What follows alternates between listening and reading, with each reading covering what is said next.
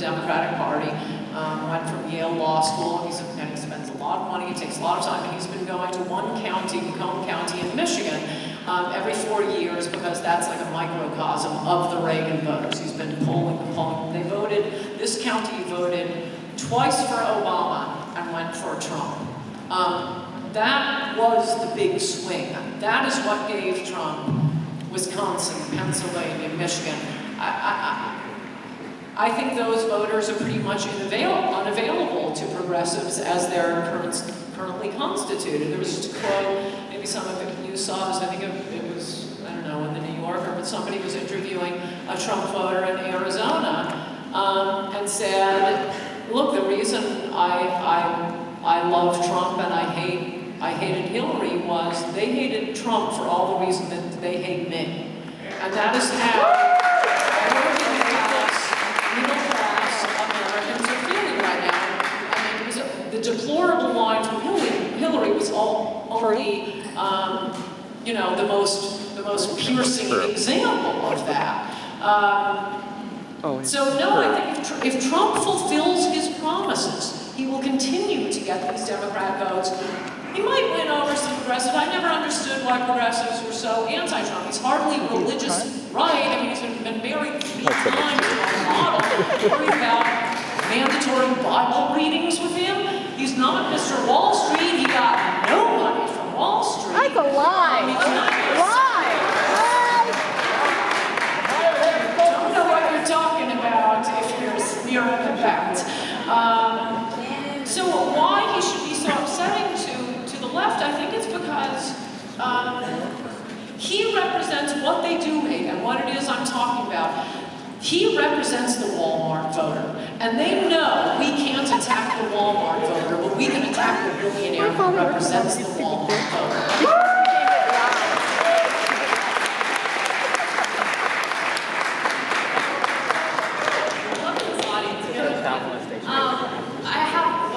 Okay, so Trump recently said that the reason why he has filled his cabinet with millionaires and billionaires is because he doesn't want more people working for him in the White House. And so it's odd to me that working class Americans would think that he would want to represent them or even thinks highly of them, when in reality, time and time again, he has not supported them. Another example was a story that we did years ago about how he believes golf should be reserved for the wealthy. That if you're from a higher class, socioeconomic status, golf is for you. But if you're poor, no golf for you. Which is ridiculous. Like, who cares about golf? But it kind of gives you his mindset. But here's one thing that we can agree on. One of the reasons why Trump was able to flip voters is because he did campaign on something that I think the Democrats dropped the ball on, with the exception of Bernie Sanders. He talked about jobs. Okay? Hillary didn't talk about jobs. At least didn't do so in a substantive way that was convincing and persuasive. He pretended like he was going to look out for people who had lost their factory jobs, people who had lost their jobs because the coal industry is no longer something that makes any sense in this country, right? So he's reaching across, he's reaching out to them and saying, I'm going to look out for you, I'm going to look out for you. But has he looked out for them? Why is he applying to have foreigners come into this country and work on his properties? If he cares about employing these poor people and less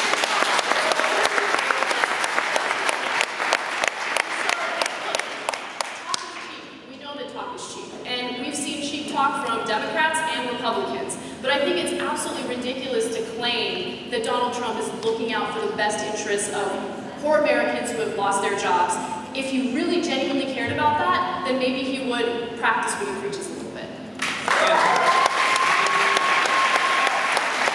talked a lot about immigration. Let's slide into the immigration portion of the afternoon, evening. What is the reason why most people who are immigrants come to live in America? It varies quite a bit.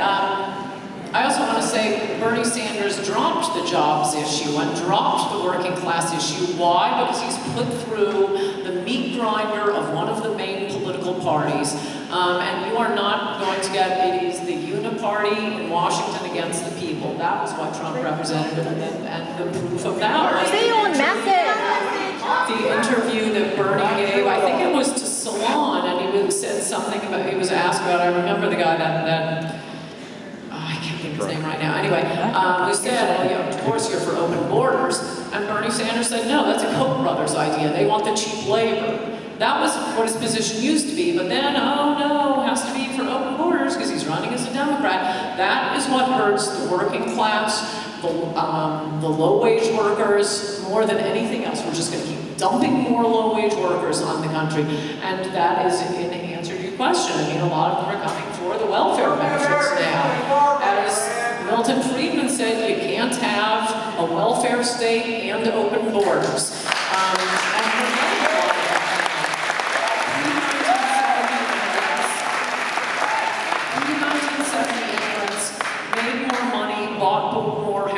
Than the people who already lived here. Post-1970 immigrants, vastly poorer than the people who already live here. Well, that's just competing for resources, both for government benefits and for jobs from our own poor people. How about we bring in people to compete with talk show hosts and senators and governors and Wall Street bankers? Then we'll see how much compassion we have for the rest of the world. But Mark Zuckerberg doesn't want somebody to compete with him for his job. He wants someone to bring in people to compete for his landscaper's job. That is how Donald Trump cares about the people who are being hurt and have been left behind and ignored by both political parties for decades now.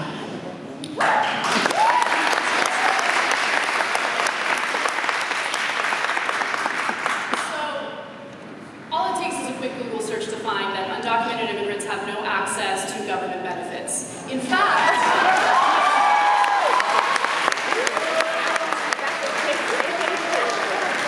but it's a fact. In 1996, Bill Clinton and legislators at the time made it incredibly difficult for immigrants who are in the country legally to have access to government benefits or get government programs. And so it's a complete fear-mongering talking point from the right that people are coming into this country and they're mooching off at American taxpayers. The only people who are mooching off of American taxpayers right now are oil companies and the wealthiest.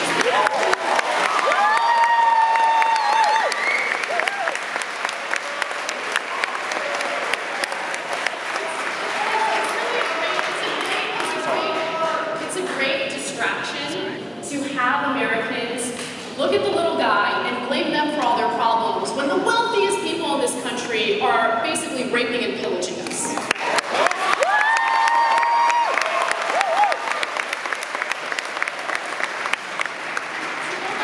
raise a original question about why people are coming into this country. Right now, immigration from Mexico, so Mexican immigrants is down. Okay?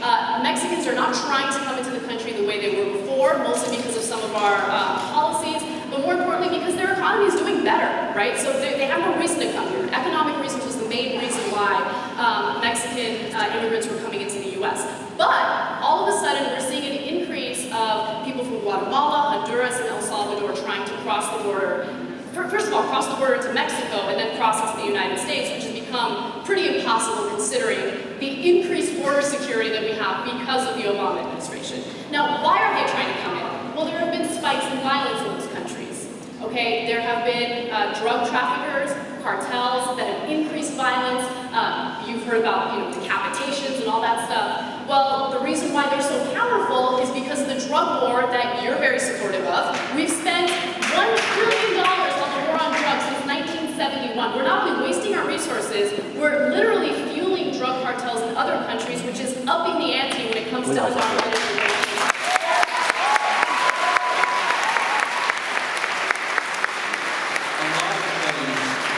That the number one reason that immigrants give for illegally crossing the border is family reunification. They want to reunite with their family.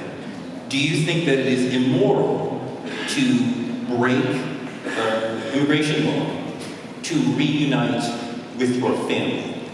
It is a total lie that illegal immigrants do not get all kinds of government assistance.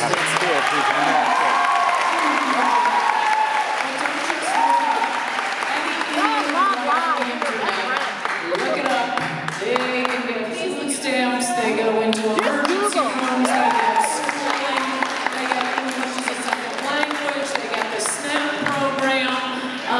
Whoa, they get full health care in California. immigrants are the little guy, they're not our guys. Americans don't have a problem paying for our own poor, our own sick, our own education. The idea is, you're like a family, we're all in this together. And you say, but for the grace of God, go I. Okay, but you don't get to, this isn't the entire world we're talking about. We're not turning America into, the universe's charity ward. We need to take care of our own. And that's what's going on. The reason that immigrants say they're coming for family reunification is because that's what got you a free bus pass and a box lunch in the Obama era, whatever they need to say, to be moved into the interior of the country. But this idea that, you can't break up my family. Well, okay, all of you go back then.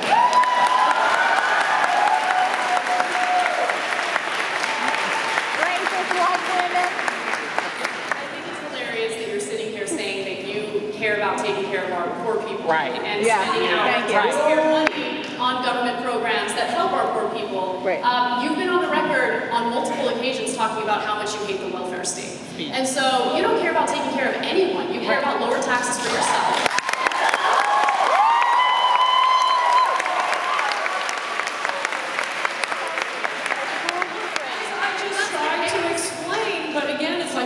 Old Soviet woman who doesn't grasp the free market. This isn't a question of whether we take care of our poor. And I must say, immigration makes everything harder. And one of the biggest things it makes harder is the distribution of welfare. Look at all the scams on welfare. Is that going to the poor? No, it's going to the Russians in Brighton Beach. It's going to the Cubans in Miami. It's going to the Arabs up in Michigan. One thing that immigrants, legal and illegal, really have quite a strong proclivity for that is not part of our Native American criminals are massive financial frauds and government frauds. They don't consider themselves part of our reason that we're all in this together. America is like Disneyland to these criminals. It is ripping off all these systems. So to say you want welfare to be distributed in a way that is useful, that helps people, that gives them, allows them to get work and jobs, is not being against helping the poor. It is being for helping the poor. Away from the financial and economic part of immigration, which we have discussed extensively here, on the cultural piece, would America benefit from limiting or eliminating immigrants? No. Well, I think it makes sense to limit immigrants. We do have, our resources are not, they're finite. So, of course, it makes sense to limit. But just culturally, could we done the financial economic look, I'm not afraid of different cultures, right? I'm not afraid of people speaking Spanish. It doesn't get me emotional. It doesn't make me feel scared. And I know that there are some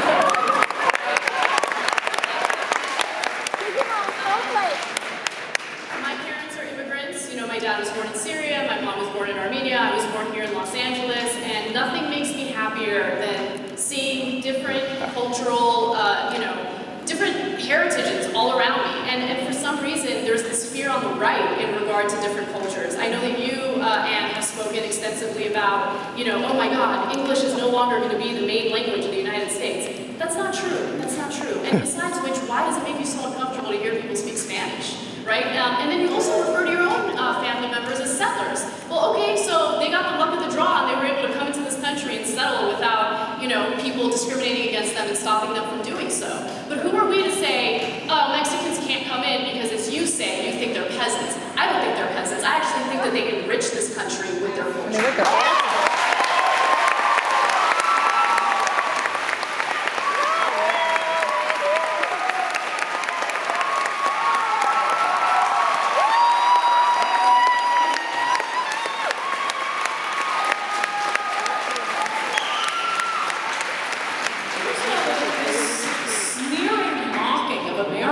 Who suddenly wake up one day and find out no one is speaking English in their neighborhoods. I distant snooty. I'm quite sure you all would like it if your kids came home from school and they sounded like Sarah Palin. I think that would be a cultural shock for you, certainly in California. Most of the neighborhoods that have gone all Hispanic are black neighborhoods, and not through casual movement. One of the ways our culture changes with immigration, both legal and illegal, is there is not a lot of tolerance, as much tolerance as Americans have. You have black gangs, or rather Hispanic gangs, going into the black neighborhoods, screaming epithets, throwing bottles at their houses. The LA Times has written this up extensively. So I think it's very sneering and mocking of you to be referring to mostly African American and other immigrant neighborhoods that suddenly aren't speaking English, and oh, they're afraid of Spanish. No, they think that their kids shouldn't be turned away from a job at McDonald's because they don't speak Spanish. That was one witness's testimony in Congress.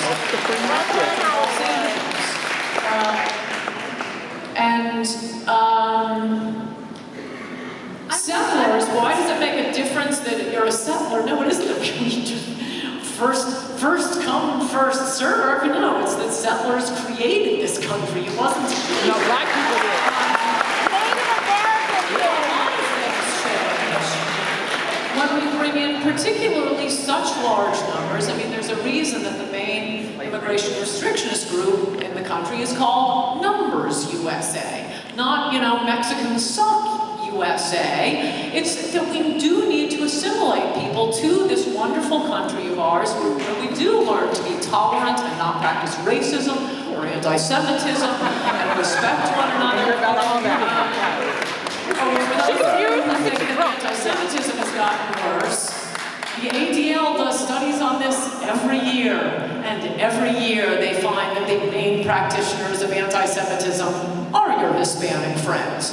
So you might want to reconsider the mass amnesty laws. I mean, we do have a wonderful country, and we need to take time to assimilate people, not let them live in ghettos and bring in their cultures. There's a reason they left their cultures to come to our culture, and we didn't leave our culture to go to theirs.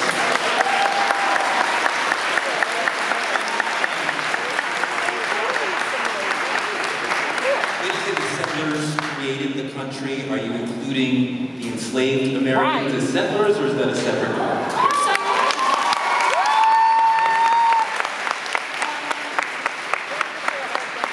settlers in that sense, but I mean, as many people have pointed out, we are not a multiracial country, we are not a multicultural country, we are a biracial country. For 400 years, this country was black and white. Native American? People here, as long as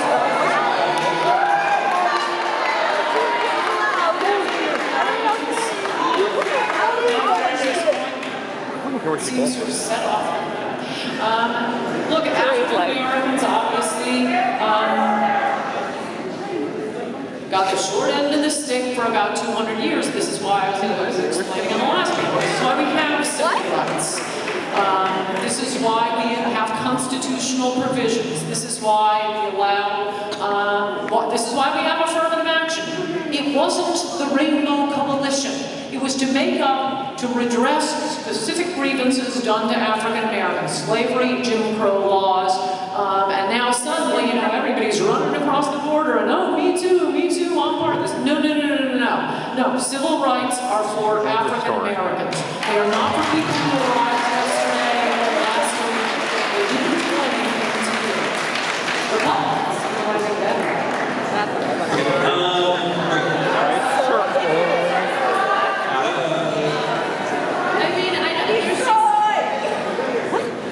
Wow.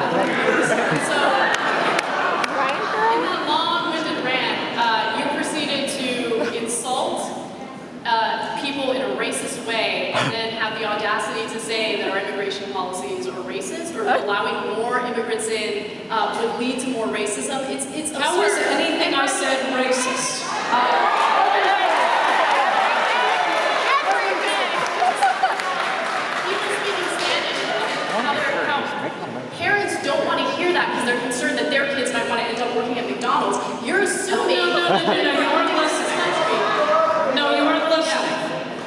there was a testimony before Congress from LA communities where black families were going in saying, my kid applied to the local McDonald's, they wouldn't hire him because he didn't speak Spanish.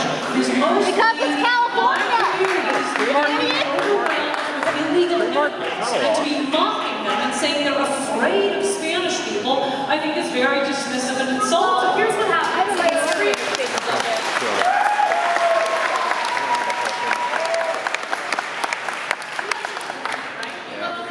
I love the free market as well, as long as you don't have in the free market, of course there will be competition for certain jobs, right? And so the most skilled worker is likely to get that position. Being bilingual is a skill.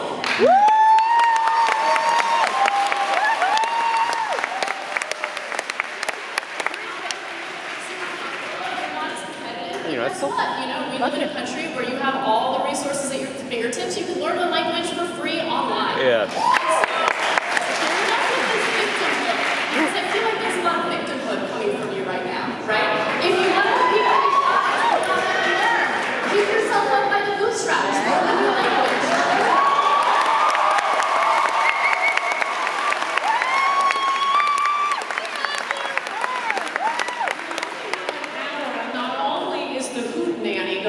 Cutting into time, but if you spend more time making arguments and not characterizing me,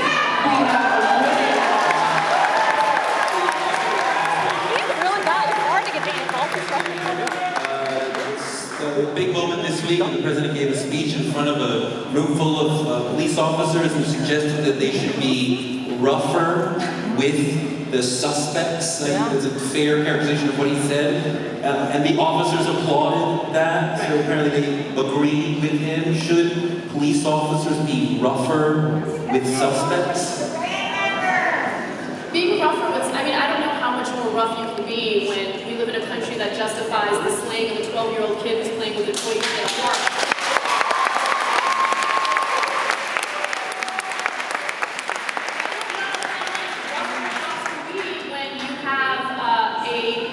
Yoga and meditation teacher getting shot within a second of arriving to a police car.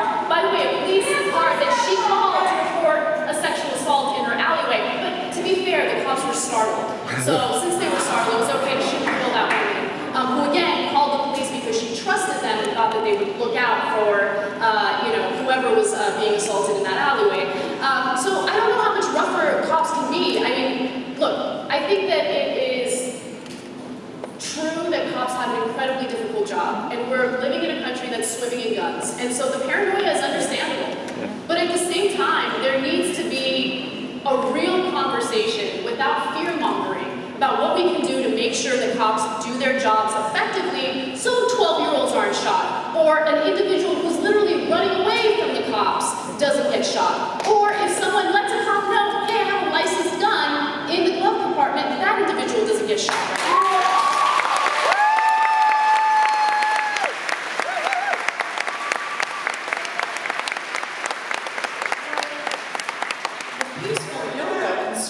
Was shot because of immigration combined with this insane idea that we owe immigrants affirmative action. The Somali Answer the question code. Minneapolis police cadets exam violated about 4 rules off the top of my head so that they